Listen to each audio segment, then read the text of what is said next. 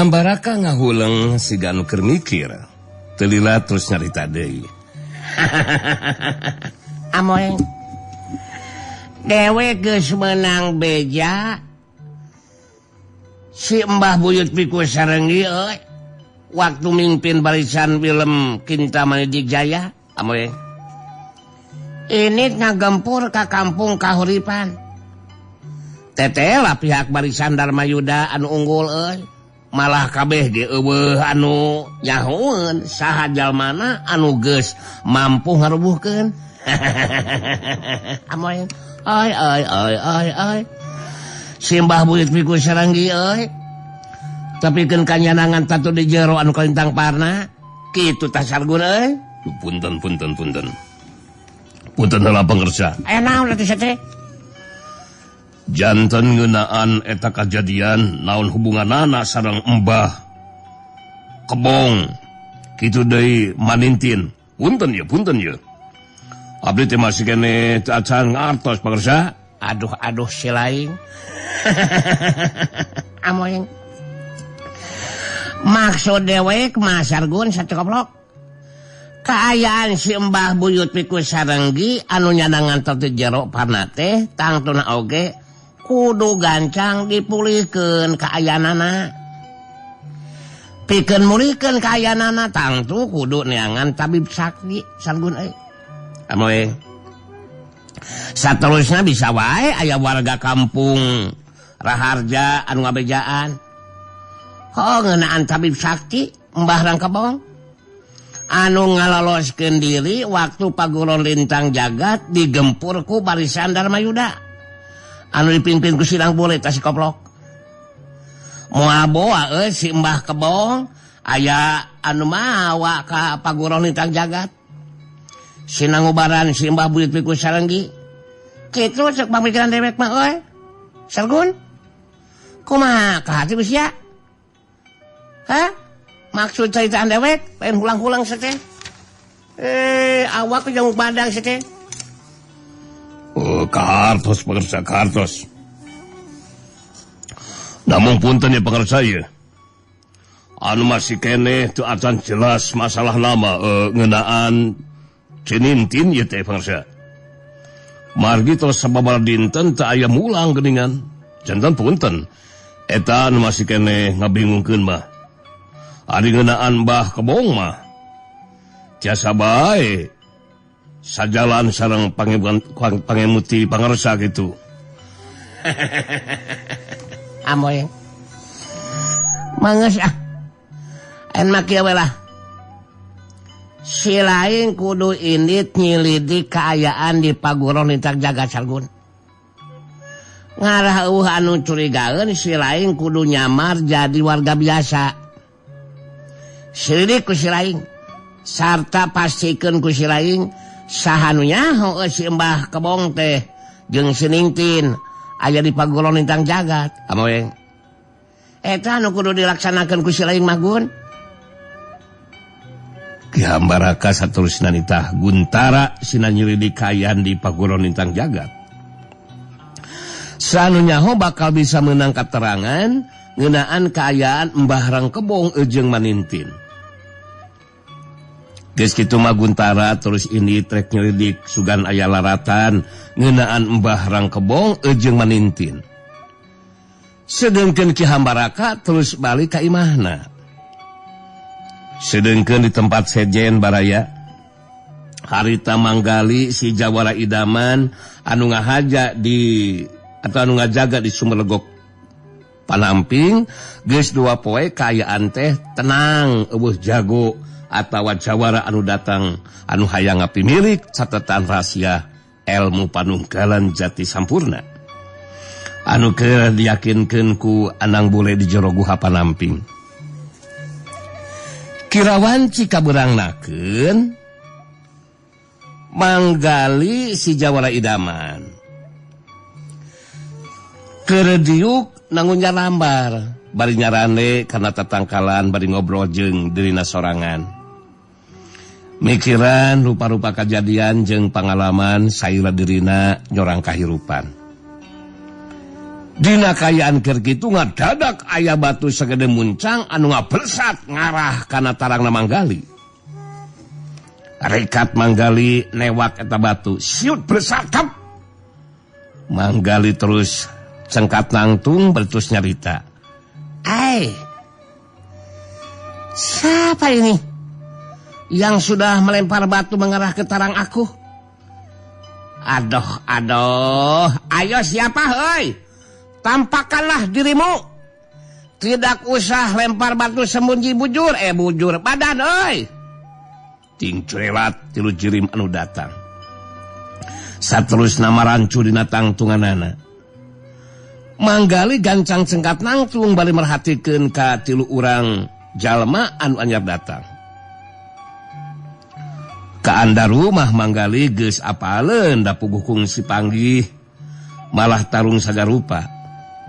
Sedengkeun kana dua andai mah kabilang asing. Dua urang jago kolot anu taya lian ti Ki Sangkal Wulung jeung anu jadi lanceukna anu neulah Mbah Ragahejo. Anu narik kana perhatian keur Manggali mah kaayaan Mbah Ragahejo anu pakulitanana Hejo Bagedod. Kitu deui Jambulbukna ge sarua Hejo. Andaru anu leuwih ti heula nyarita ditujukeun ka Manggali.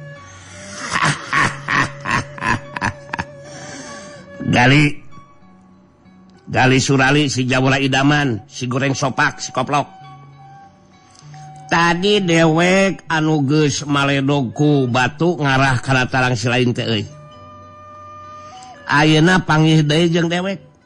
Sarta kadatangan dewek ayeuna dibarengan ku ieu guru dewek Ki Sangkal Wulung. Ieu nu saurang dinalah Mbah Ragahejo minangka lancuk guru dewek. Pangna datang ka dieu nyata Mbah Ragahejo bakal nyumponan kana panangtangna Sinang Bule. Anu geus ngahina sarta wani nangtang tarung ka lanceukna guru dewek. Anu matak Sinang Bule gancang sina datang ka dieu sagali. Manggali si Jawara Idaman kerung. Neuteub antep ka Andaru bari tos nyarita.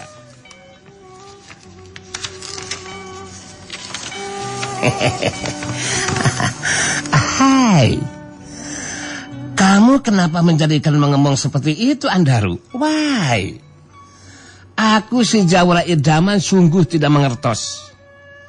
Mengatakan kalau aku Nang Bule sudah menghina dan menantang tarung kepada Mbah Ragahejo. Hai, alah kelewihan sekali kamu mah. Mengarang ceritanya, Andaru. Kang iya juga tidak begindang ya suka ngarang. Nah, kamu harita Ki Sangkal Wulung milu nyarita ditujukeun ka Manggali. Ya. Si lain geus montong nyarita teu puguh sagali. Mun yang dipeprek masuk aing. Leuwih hade si Nang Bule sina datang pikeun ngabagyakeun kadatangan dewek jeung Mbah Ragahejo lanceuk dewek. Hasok gancang si Nang Bule sina datang ka dieu. Jawara Idaman kurang saeunan sia, Koplok. Hai. Nantilanan, Bro. Lo datang-datang mani picacapekeunnya. Hei, nantilanan Ki Sangkal Wulung. Aku si Jawara Idaman menjadikan tentu saja akan membantah dengan apa yang diomongkan sama Andaru. Bagaimana mungkin kalau aku Nang Bule menghina dan menantang tarung kepada Mbah Ragahejo. Sementara waktu Andaru datang ke Sindang tidak papangi jeung Nang Bule. Mikir dong. Hai. Jadi jangan ngarekat caritaan kamu teh. Aku tegaskan sekali lagi, perkataan Andaru tidak benar. Hoak. Allah. Manggali si Jawara Idaman ngabantah kana caitana Andaru anu majarkeun Nang Bule geus ngahina satanang tang tarung ka Mbah Ragahejo. Rek kumaha bisa nyarita kitu da puguh waktu Andaru datang ge teu kungsi panggih jeung Nang Bule. Tapi Ki Sangkal Wulung tetep ngabenerkeun kana caitaan Andaru anu jadi muridna. Ya. caritaan si Daru murid dewek anu bener gali. Si lain teu kudu make jeung ngabantah sagarupa sagali. Leuwih hade sinang bule gancang sina datang ka dieu sia. Mbah Raga Hejo lanceuk dewek anu geus dihina jeung ditangtang tarung ku sinang bule geus aya datang ka dieu gitu. Ahai. Aku si Jawara Idaman yang menjaga Sumerlegok Panamping ini juga yang membaturan nang bule aloku yang sedang menumpi diri menjadikan sudah barang tentu tidak akan menggugu tidak pupuguh perintah Ki Sangkawulung dikarenakan apa itu keadaan alo aku nang bule memang tidak bisa diganggu oleh siapapun juga ya. Ieu mangertos enggak sih? Teu ulang-ulang sete. Manggali si Jawara Idaman. Bisa ngarti Ki Sangkawulung jeung Mbah Raga Hejo. Mangrupa jago kolot anu mibanda kekuatan ilmu anu teu bisa dianggap enteng. Tapi kangaranan anu ngajaga di Sumerlegok Panamping sarta marangan ka nang bule harita manggali pageuh dina sikap pamadeganana harita nandeskeun nang bule anu keur numpi diri kaayanana teu bisa diganggu. Mbah Raga Hejo anu dina nyaritana direunteut-reunteut harita terus milu nyarita ditujukeun ka manggali si Jawara Idaman. Maneh ngabohong kali. Bongan si sinang bule seserangan anu wani ngahina jeung nangtang tarung ka dewek anu matak sinat datang ka dieu papanangtang ku runyuk ku dewek bakal dicumponan maneh anu ngarekat caita mah gagak gali gancang gerwan si sinang bubur ayam sinang bule sina datang ka dieu ku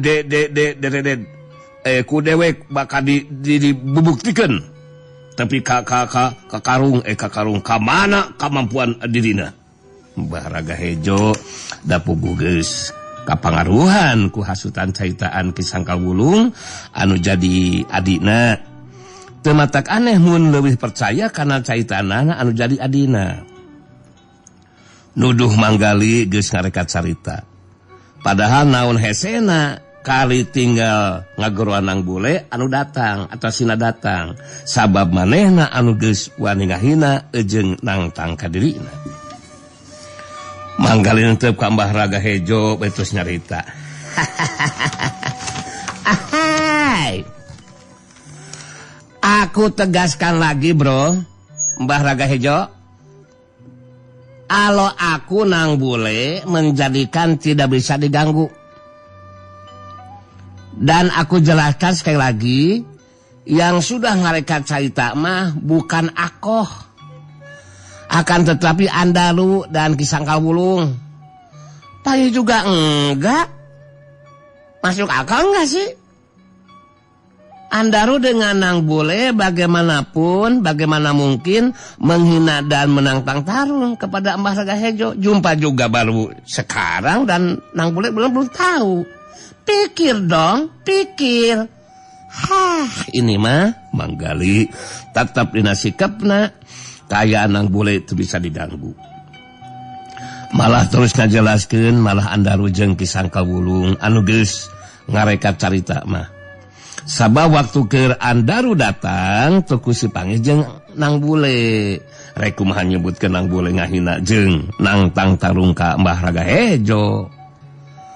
Harita Ki Sangkawulung langsung nyarita deui ka manggali si Jawara Idaman. Ya. Mangga si laing montong muter balikeun caitaan sagali. Goblok. Bida-bina teuing sia. Hasok gancang sina datang ka dieu sinang bulena. Si laing montong coba-coba ngabangkang kana perintah dewek gali. Lamun hayang salamet teh si laing. muntah yang diparisan ku aing tabeung teh. Mun si lain tetep ngabangkang bisa dipastikan dewek bakal ngalakukeun tindakan ka si lain jabara idaman anu edan. Si lain bisa diparenan dibinasakeun ku dewek sagali. Sedengkeun manggali nu ngarasa percaya diri lantaran diberi kemampuan jeung kakuatan ku Rama Pamungkas. Harita teu sieuneun ku ancaman Ki Sangkawulung. Sikap jeung caritaan manggali kalah kabangun anu nangtang hayang ditindak ku Ki Sangkawulung. Hai. Woi, my friend. Kamu jangan cobra-cobra mengancam seperti itu kepada aku, Ki Sangkawulung. Aku menjadikan tidak akan takut dengan ancaman kalau memang membogaan kahayang mau melakukan tindakan kepada aku. Tidak usah mengomong saja, ya. Ahai, si Jawara Idaman tidak akan sieun siapapun juga. Tikenying harapannya juga sudah siap, siapapun itu orangnya. Bagaimana kekuatannya, is okay lah. Si Jawara Idaman tidak akan mundur sasiku kerja satunjang beas. You mengertos? Ki Sangkawulung ngaret ka Mbah Raga Hejo anu jelancetna terus nyarita. Kang Ijo, ieu mangkeluk anu ngaran si Gali jelas teu bisa diancapkeun teh Kang. Kudu gancang ditindak malah eueuh salahna mun dibinasakeun Kang. Sabab ku cara si Gali dibinasakeun mangka Sinang Bule tangtu bakal aya datang ka dieu. Idinan wulung ngalakukeun tindakan Kang Ijo. Ki Sangkawulung minta idin ka Mbah Raga Hejo anu jailanceukna pikeun ngalakukeun tindakan ka manggali si Jawara Idaman ku cara ngabinasakeun manggali mangka bisa dipastikeun Nang Bule bakal datang nembongkeun diri. Mbah Raga Hejo nya tujuan kana karep pamaksudan anu jadi adina. Mbah Sangkawulung netep seukeut ka manggali betus nyarita. Ya, Gali, dengekeun Syah goblok. Jawa Idaman nu edan. Si laing nangtang hayang ditarajang ku dewek. Dinu lega satalungna kagok di masa Gali. Corelat sulung Ki Sangkawulung ngacorelat mulu ka tempat nu lega dituturkeun ku manggali. Harita dua cirim adu hareupan. Ki Sangkawulung ngumbar caitanana. Ya.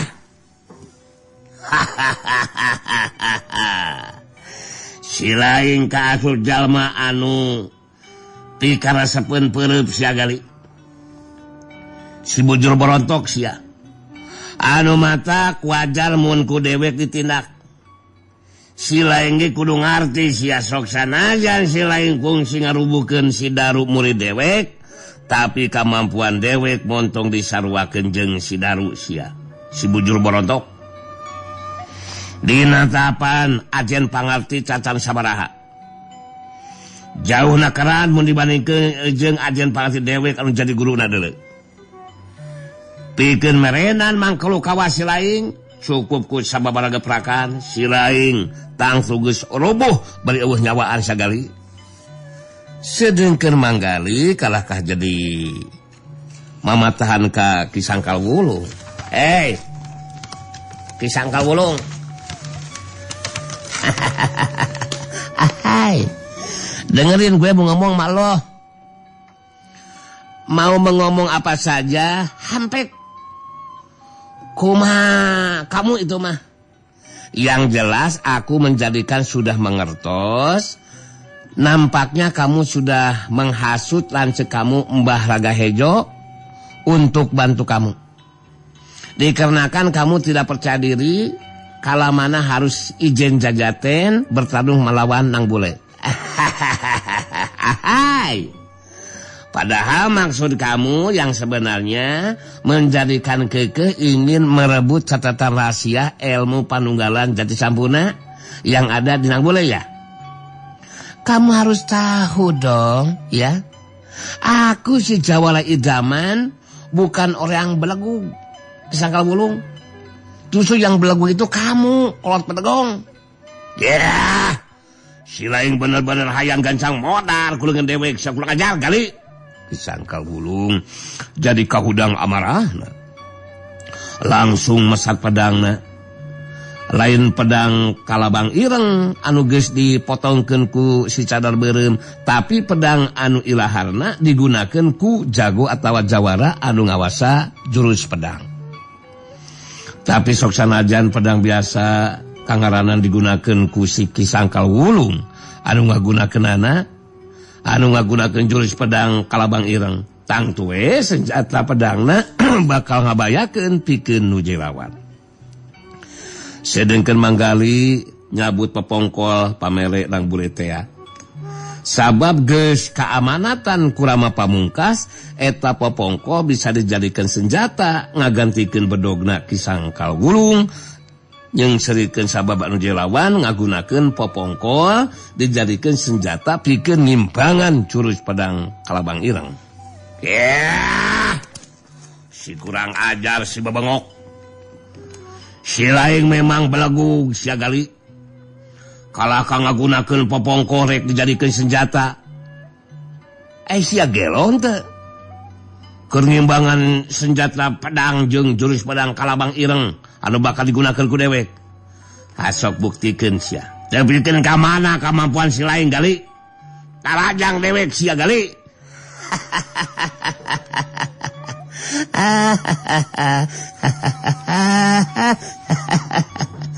Aku tidak akan memiheulaan menerajang kawan. Dikarenakan kamu yang menantang tarung, ya maka kamulah yang harus maju menerajang. Pikir dong, kan kamu yang pengen bertarung sama aku. Cadas, jangkar kehead, kurang ajar. Tadas siapa lajang aing.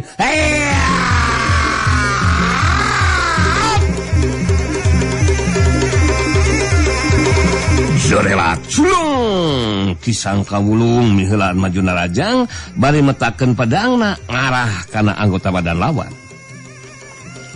Manggali nakis pedang lawan ku senjata popongkolna. Sauhiu terang koleweng bantrokan senjata nimbulkeun sora anu ngabelentrang. Senjata popongkol manggali ngoleweng ka gigir. Meh bareng jeung bantrokna senjata leungeun kenca Kisangkal Wulung rek ngahantem kana dadada manggali. Tapi rekat manggali jingkrak ka gigir nyingkahan panarjang lawan. Sat hiu kingkrak plos. Kisangkal Wulung ngagentak luncat maju dina rajang. Sabetan pedangna dileuwih cepat jeung garang. Sauhiu wush. Manggali ngabangun atawa ngimbangan panarjang nu dilawan. Ngabendung dari nakis pedang lawan ku senjata popongkolna. Terang. Gese waktu sababaraha detik disanggeusna bantrokan senjata harita suku katu Kisangkal Wulung geus rek ngasupkeun tajongan kana iga burung lawan. Tapi kapihelaan ku panarajang leungeun kenca manggali surali si jago kelecis anu ngahantem dada lawan. Set hiuk cebolodes. Manggali ngagajeng luncat katukang sabab kageteun panarjangna tetela taya pangaruh naon-naon pikeun nu jelawan. Kisangkal Wulung mancu dina tangtunganana bari ngumbar ka sukahatena.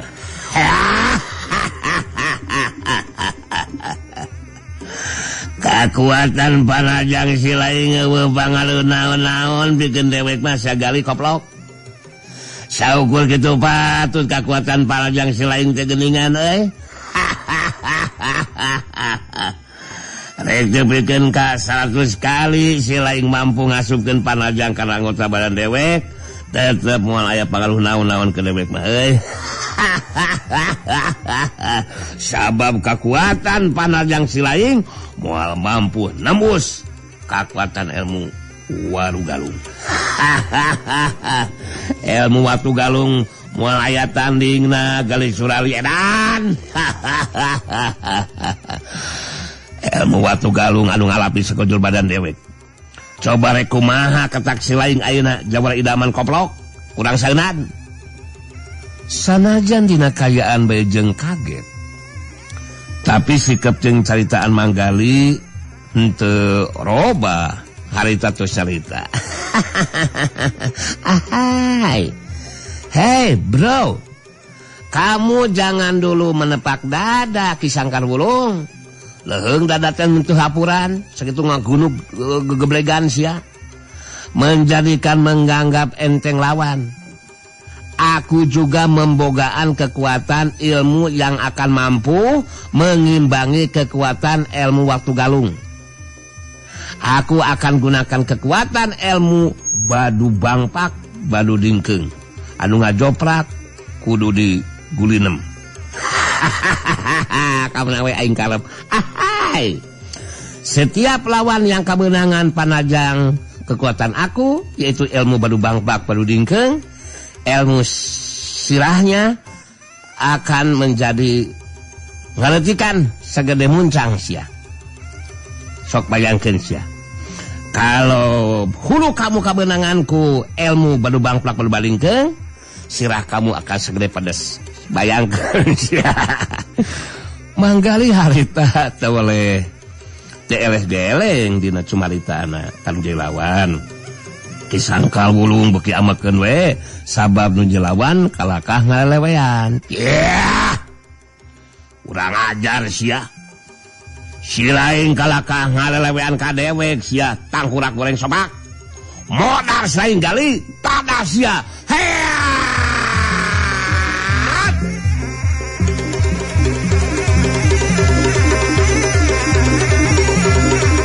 Jorewat sulung Ki Sangkar Wulung maju dina rajang.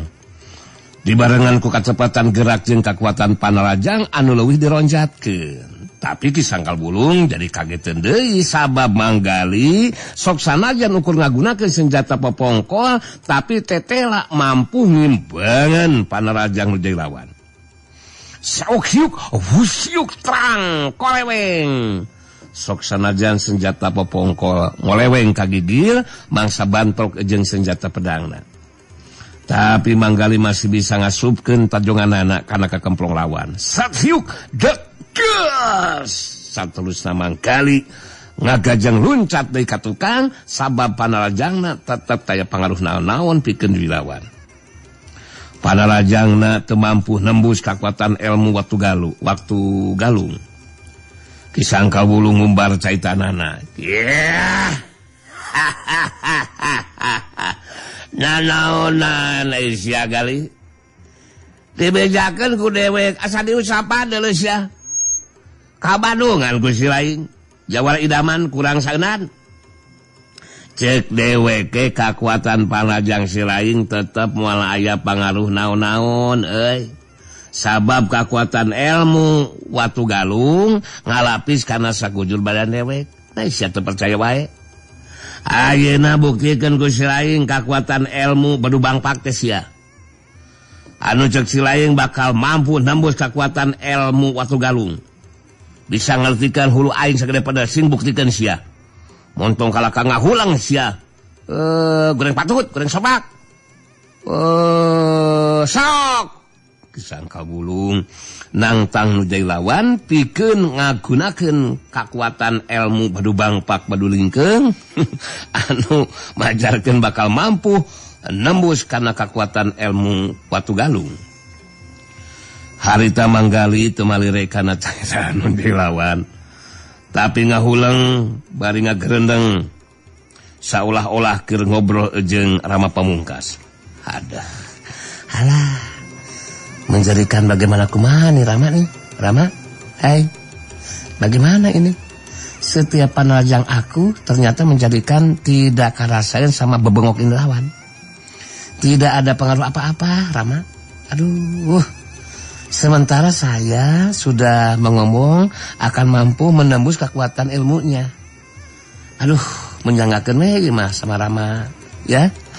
Rama, aku mengusulkan bagaimana kumaha caranya agar panarajang menjadikan bisa terasa nyeri oleh kawan oleh lawan gitu Rama ya. Mohon please Rama, mohon bantuannya kepada aku gitu Rama. Kadenge manggali sorak Rama Pamungkas. kanggo nyumponan kana pamaksa dan manggali.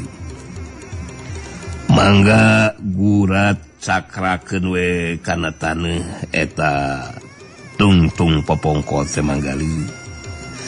Tos kitu teras panangan katuhu nyekelan popongko, acungkeun ka luhur bari bayangkeun ku manggali waktos lawan kabenangan ku eta popongko. Bakal karaos nyeri ku anu janten lawan manggali. Mangga cobian we kurama nya kurama tangtos bakal disarengan manggali. Sok. Nun pisan Rama. Makasih deh atas bantuannya Rama. Manggali harita terus ngalaksanakeun caitan Rama pamungkas. Geus kitu terus nyarita ka Ki Sangkal Wulung. Ahai. Woi, my friend.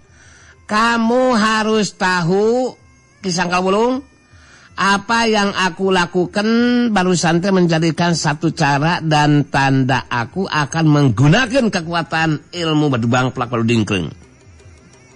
Dikarenakan kamu menantang aku untuk menggunakan itu ilmu. Ki Sangkal Wulung jeung serikeun ningali pola tingkah Manggali. Ya. Dasar jelema edan.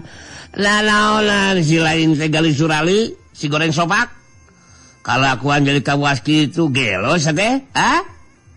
Ku pangaruh kekuatan ilmu watu galung anu teu bisa ditembus ku panajang si lain, ayeuna si lain jadi ngadadak owah. Aduh nya teh si lain gede gelo euy. Hasok buktikeun sia kahebatan kekuatan ilmu Badubang Plak Padu Dingkleng teh sia. Salira dewek makalangan kakara ayeuna ngadenya aya ilmu anu kitu patut.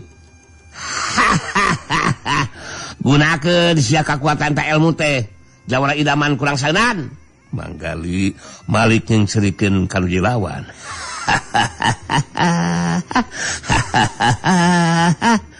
Sepatu kejeblehan. Kamu memang jago kolot, akan tetapi menjadikan belum tahu tentang macam mana kekuatan ilmu tingkat dewa Ki Sangkal Wulung. Dasar Ki Sangkal Wulung, kalau kamu mau tahu, ya, meskipun harganya mahal, aku mendapatkan kekuatan ilmu Badubang Plak Padu Lindong. Langsung dari Dewa Indra yang pada waktu itu ketemu dengan aku di pasar ketika akan beli jengkol dan petai. Ki Sangkal Wulung jadi keseleun ujung amak anu beuki kamana karep nyaitana. Ya. Si lain kalah kabeuki ngacapruk sategali surali si kurang saeunan. Mangkelu kawas si lain ngan saukur bagugnya capek wungkul rasakeun sia.